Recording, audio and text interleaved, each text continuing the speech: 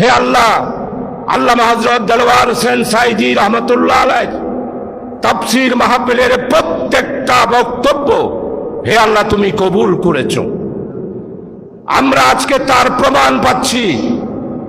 আল্লামা হযরত দেলোয়ার হোসেন সাঈদী সাহেব বলেছিলেন, এমন একটা সময় আসবে পালাবার জন্য ইন্দুরের গর্ত তোমরা পাবে না। আল্লাহ তাআলা সেটা কবুল করেছেন।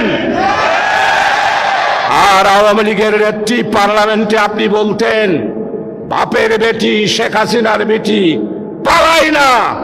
আজকে কর্মী সম্মেলন থেকে ও শেখ হাসিনা তোমাকে প্রশ্ন করতে চাই, তুমি আজকে শেখের বেটি হয়ে পালাও নাই, হিন্দুস্তানের নরেন্দ্র মোদীর কন্যা হিসাবে দেশ থেকে পালাতে বাধ্য হয়েছ। প্রিয় কর্মী ভাইয়েরা, প্রিয় উপস্থিতি, আমার বাংলা অত্যন্ত সুন্দর একটি বাংলাদেশ। এই বৃহত্তর বাংলা সুজলা সুফলা শস্য শ্যামলা ধনে ধান্যে পুষ্পে ভরা ছিল।